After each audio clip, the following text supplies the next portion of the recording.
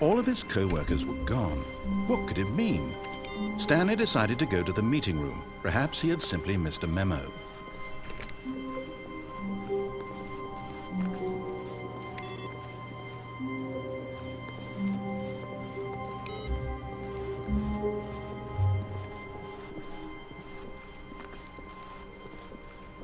When Stanley came to a set of 2 open, this was not the correct way to the meeting room, and Stanley knew it perfectly well. Perhaps he wanted to stop by the employee lounge first, just to admire it. Stanley felt lightheaded, butterflies in his stomach, but eager to get back to business, Stanley took the first open door on his left.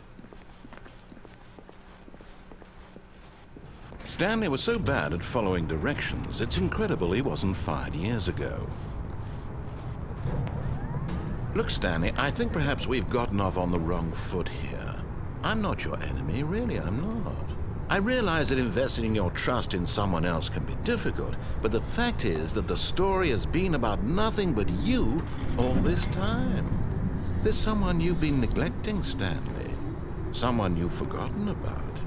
Please, stop trying to make every decision by yourself. Now, I'm not asking for me, I'm asking for her. This is it, Stanley.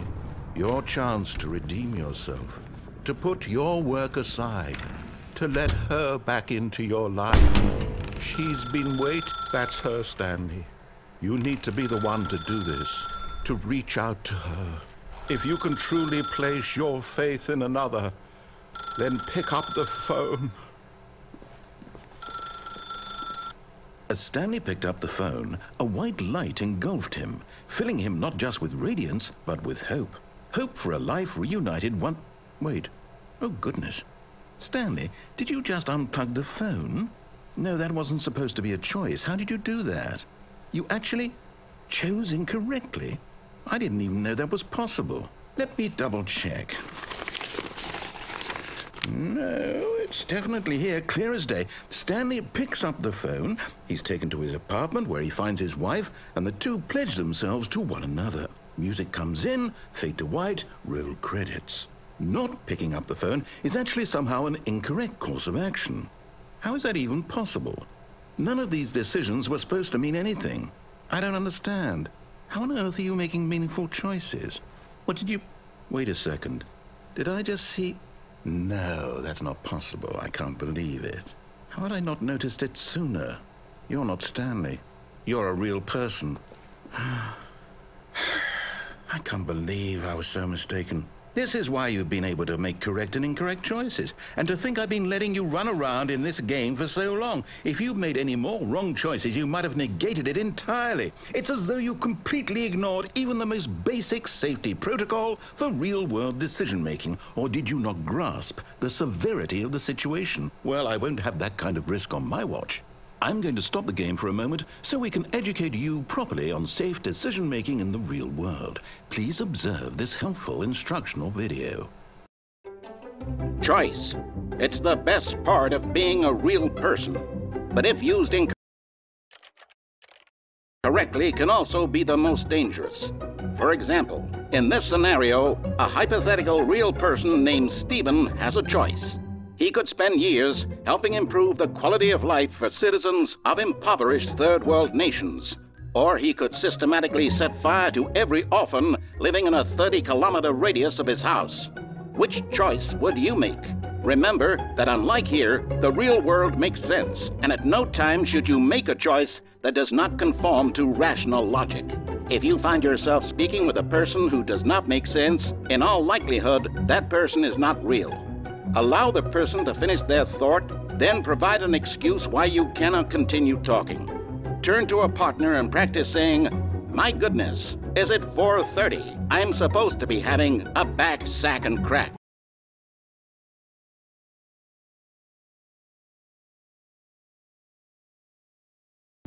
Excellent. Making choices on a regular basis is the best part to a healthy decision-making process. Most medical professionals recommend making at least 8 choices per day. Do you make more than 8? Less? And finally, if you begin to wonder if your choices are actually meaningful and whether you'll ever make a significant contribution to the world, just remember, that in the vast infiniteness of space, your thoughts and problems are materially insignificant, and the feeling should subside. At this time, your instructor will guide you in an exercise to test and reinforce the material covered in this video. Welcome back. You may have noticed that this room has begun to deteriorate as a result of narrative contradiction. But not to worry. Now that you're properly informed on good decision-making, we're going to revisit a choice you made just a few minutes ago and see what the correct thing to do would have been. This way, please.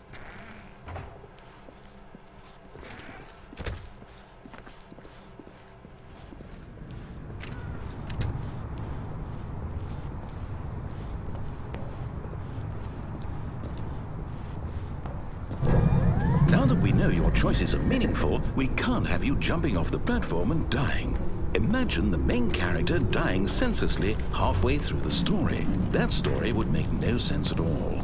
We just need to get you home as soon as possible before the narrative contradiction gets any worse. Unfortunately, it seems this place is not well equipped to deal with reality.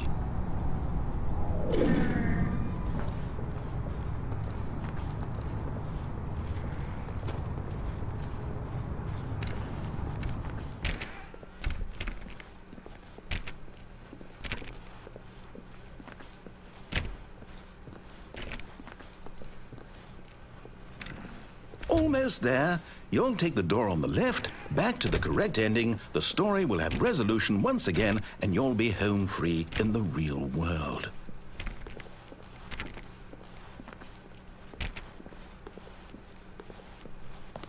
Now remember, all you need to do is behave exactly as Stanley would. That means choosing responsibly and always putting the story first. I'm quite sure you'll be up to the task. Just follow my lead and you'll be fine. All right. When Stanley came to a set of 2 open doors, he entered the door on his left.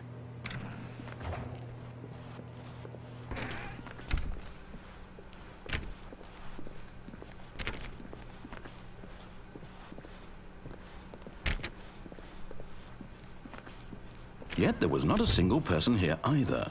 Feeling a wave of disbelief, Stanley decided to go up to his boss's office, hoping he might find an answer there. Coming to a staircase, Stanley walked upstairs to his boss's office.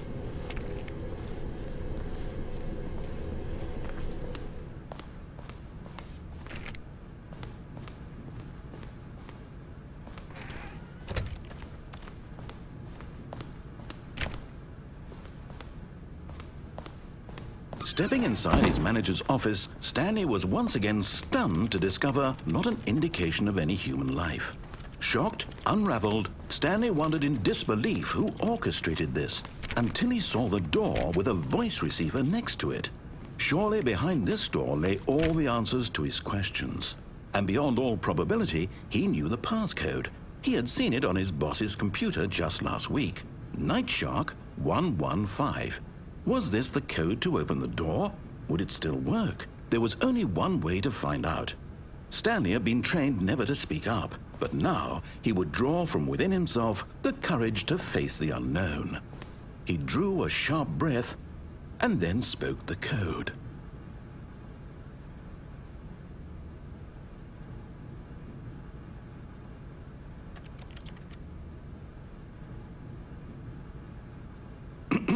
Stanley spoke the code. Night Shark 115. He spoke it into the receiver, right there on the wall.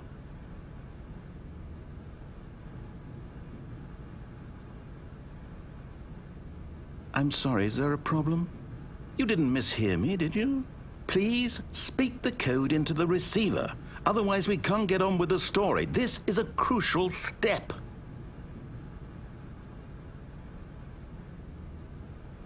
Okay, fine, you're not going to do it, but you know what? It's pretty humiliating to bring you this far, only for you to suddenly decide you have better things to do. I asked you for this one single thing, for your respect. The kind of respect Stanley shows for his choices. He knows what it means to take a story seriously.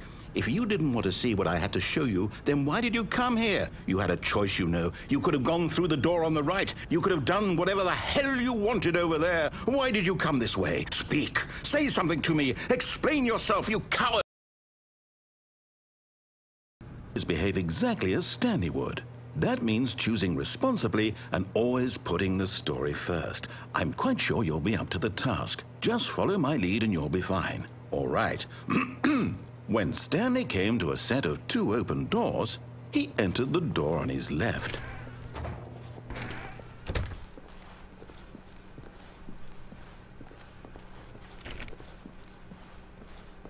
Yet there was not a single person here either.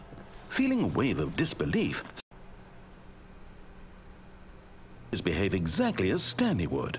That means choosing responsibly and always putting the story first. I'm quite sure you'll be up to the task. Just follow my lead and you'll be fine. All right. When Stanley came to a set of 2 open doors, he entered the door on his left. No! Why did you do that? Quickly, hurry back in the other direction. Perhaps we're not too late.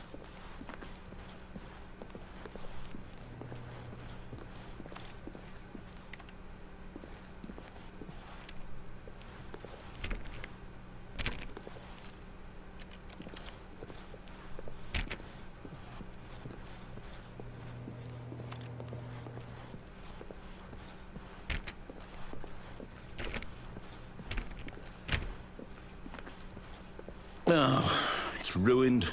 I can't believe, after everything we talked about, that my story, you've destroyed my work. Why? For what? What did you get out of that? What did you think was so special about seeing the game undone, left here like so much garbage? It's worthless now. And what am I supposed to do? Even if there were a way to continue, would it be worth it? To know that my story is now incorrect? How can I go back to that? I can't erase that knowledge. I'll have to live with it forever, reliving its impossibility forever. I couldn't live that way. Is it better to shut the game down entirely? To willingly destroy all of my work? I don't know. What's the answer? What do I do? What do I do? What do I... No, I have to. I have to shut the game down. I have to. I have to.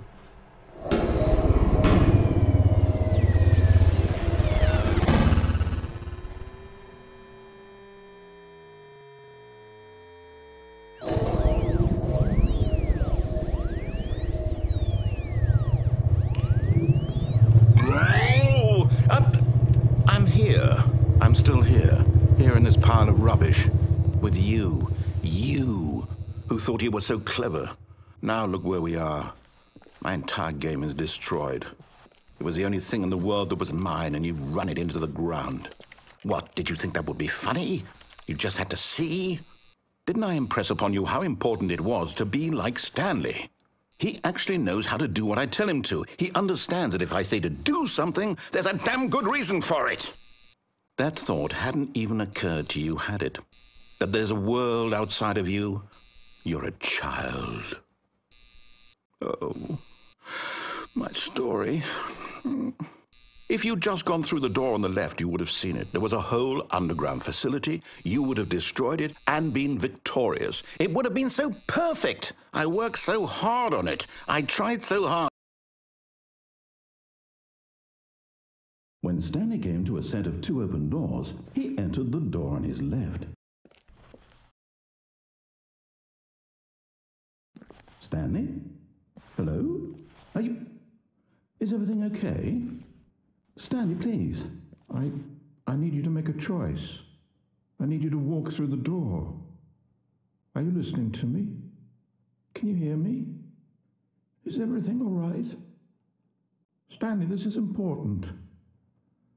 The story needs you. It needs you to make a decision. It cannot exist without you. Do you understand me?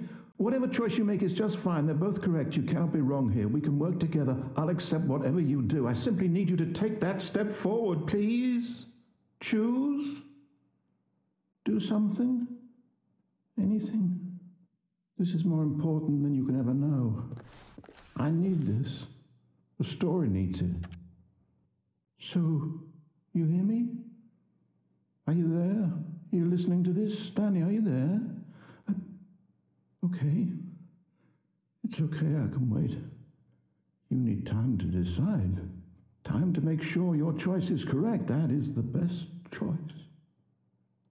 That's all right. I'll wait for you to decide what's the right thing to do. Take as much time as you need.